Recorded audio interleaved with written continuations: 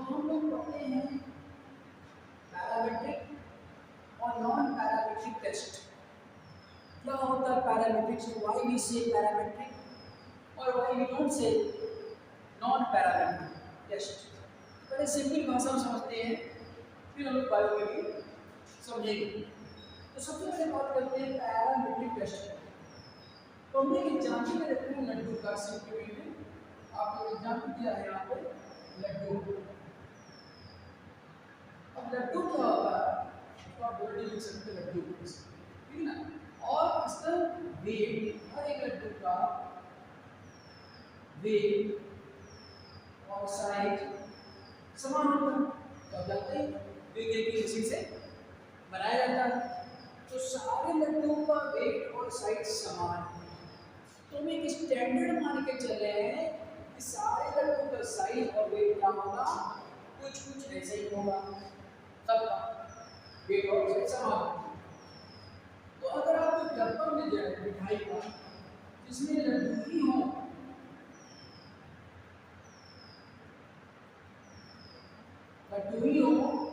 तो आप इस डब्बे का लड्डू का डब्बा मिला एवरेज या मीन आसानी से निकाल सकते हैं। जैसे कहते 6 हैं, तो अगर वेट बढ़ा वाले 10 ग्राम है, 10 ग्राम में 16.6, 10 ग्राम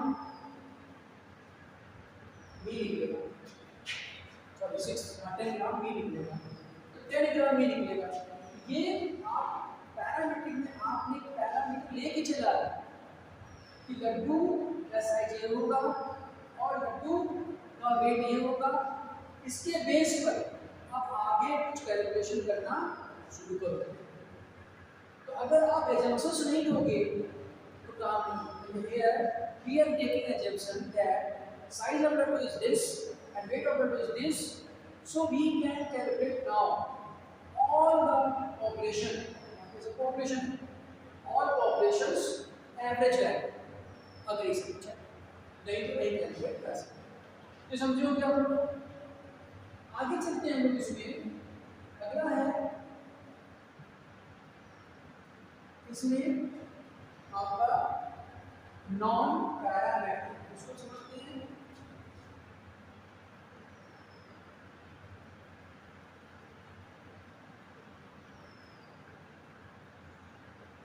तो बात करते हैं हम लोग नॉन पैरामीट्रिक टेस्ट की। तो नॉन पैरामीट्रिक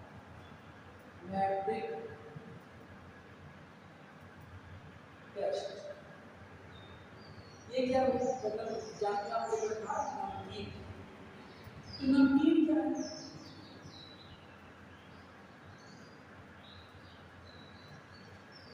नमकीन में क्या क्या होता है, सेब होता है, पीनट्स होते हैं, ग्राउंडनट होता है,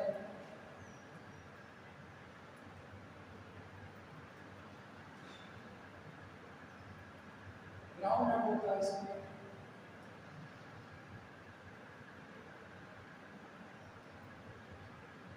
और सेब जो खाते हो, सेब की बात करो यहाँ पे, वो सेब एकदम समझो सेब है सुरक्षित तो नहीं होने, सेब की उसकी बात चल रही है।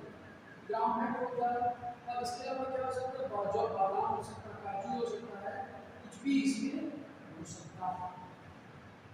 तो हर एक का साइज अलग अलग है। सेब जो है नमकीन का उसका साइज अलग है, ग्राउंडनट का साइज अलग है, काजू का साइज अलग है।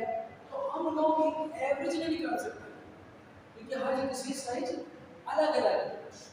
तो वहाँ पे हम लोग यूज करते हैं नॉन पैरामीट्रिक टेस्ट का, जहाँ पर साइज समान नहीं होगा। अब बात करते हैं इसमें कि बायोस्टैटिक्स में कहाँ पे यूज करते हैं, उसको देख लेते हैं लोग। तो पहले बात करते हैं पैरामीट्रिक टेस्ट।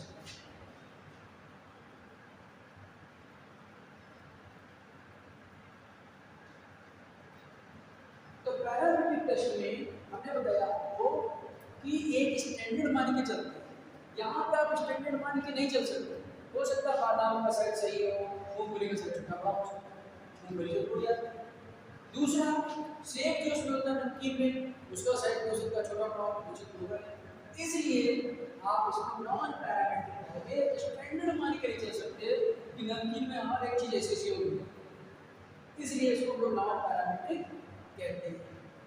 अब बात करते हैं नंबर ऑफ पेशेंट्स, है ना, जो है रिकवरी रेट कितनी है, हार्ट बीट कितनी है, या हाइट कितनी है, वेट कितनी है। तो मान लो लखनऊ ले लीजिए,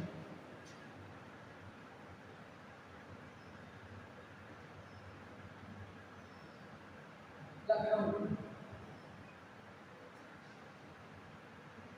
तो लखनऊ में एक एवरेज हाइट होती है,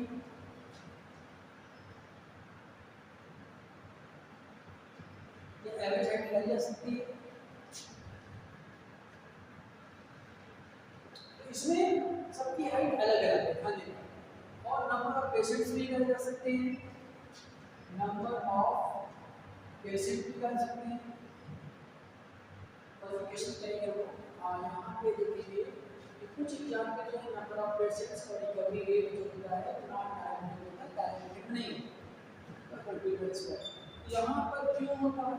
देखो जो हमने बताया था लड्डू वाला एग्जाम पे, लड्डू वाला एग्जाम में क्या है, तो लड्डू वाले एग्जाम में सारे सच का बची सेम होनी चाहिए। अब तो ये स्टैंडर्ड मान के हम पैरामीट्रिक करेंगे, लेकिन लोग आपके इसमें कैसे भी सेम नहीं है, यानी कि रिकवरी रेट कितना है ये भी सेम नहीं है, कभी कम हो सकता है, ज़्यादा होता है। क्यों? क्योंकि पेशेंट पर डिपेंड करता है। और नंबर ऑफ पेशेंट भी कोई रूल नहीं स्टैंडर्ड कि नेक्स्ट क्वेश्चन आएगा नहीं आएगा, ये भी जो है इस पे आएगा, ये आएगा आपका नॉन पैरामीट्रिक टेस्ट में। अब जो पैरामीट्रिक टेस्ट करते हैं उसमें बेल रूल का यूज करते हैं। अब बेल रूल क्या होती है कि मान लो लड्डू है मेरे साथ जो कि मशीन से बने, तो उसका क्या होगा, एक आधे हो सकता हो, तो बाकी सब के सब इतनी आएंगे एवरेज ऊपर, ये सब समान होंगे, इसको आप और बड़ा बना सकते हो, ये सब समान होंगे। और इधर जो लड्डू होंगे तो हम समान होंगे और कम मिलेंगे, शायद हो सकता है इतना। तो ये जो है आपका बेल कर्व, क्या चीज है ये, बेल कर्व। लेकिन अगर घर के बने लड्डू हैं तो आपने एक लड्डू रखे, कुछ लड्डू बड़े हैं कुछ छोटे हैं, कुछ बड़े हैं कुछ छोटे हैं, ये कैसे कोई स्टैंडर्ड ही नहीं, स्टैंडर्ड नहीं है, इसलिए क्या है नॉन पैरामीट्रिक केस बनता है इसमें। तो ये सारी चीजें तो हम लोगों ने बहुत कुछ पढ़ रखा है, तो आपको एक बार फिर से रिवीजन दे देते हैं फिर से, और बार बार देख चुके हैं और फिर से देख लेते हैं। देखो क्या क्या होता है, लोग पढ़ चुके हैं कि मान लो डेटा है 10, 20, 30, 40 और 50 एक सीक्वेंस में, या इसको आप ऐसे ले लो, दूसरा ले लो,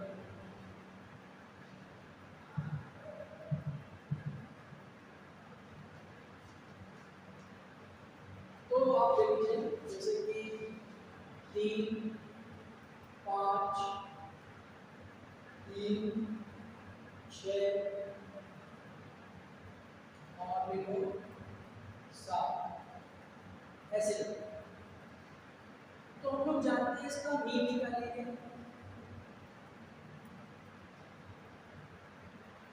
मीन कैसे निकालेंगे, 6 + 3 + 5 + 3 + 7 अपॉन 2 × 5 × 9 5 14 14 की 17 और 17 7 24 अपॉन 5 और देखिए 7 10 15 20 और 25 ये हो जाएगा 5 20 और 4.8।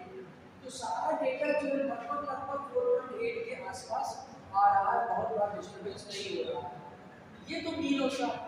और वेरिएशन कैसे निकालते हैं, वेरिएशन निकालते हैं कि मीन में ये बिखराव कैसे निकालेंगे, 4.8 से स्प्लिट कर देंगे और जो भी वैल्यू आएगी तो क्या होगा, मीन से एक बिखराव डेटा कितना बिखरा हुआ मीन्स है, तो उसको लोग क्या कहेंगे, वेरिएशन कहेंगे। स्टैंडर्ड डेविएशन भी देखा आप लोगों ने, स्टैंडर्ड डेविएशन भी किसी चीज के लिए काम में आता है। तो इन सब चीजों को आपको देखना है और कहाँ यूज में आता है इसकी स्टडी भी करनी है। तो आज के लिए इतने रखते हैं, फिर जो है अगला क्लास। Thank you.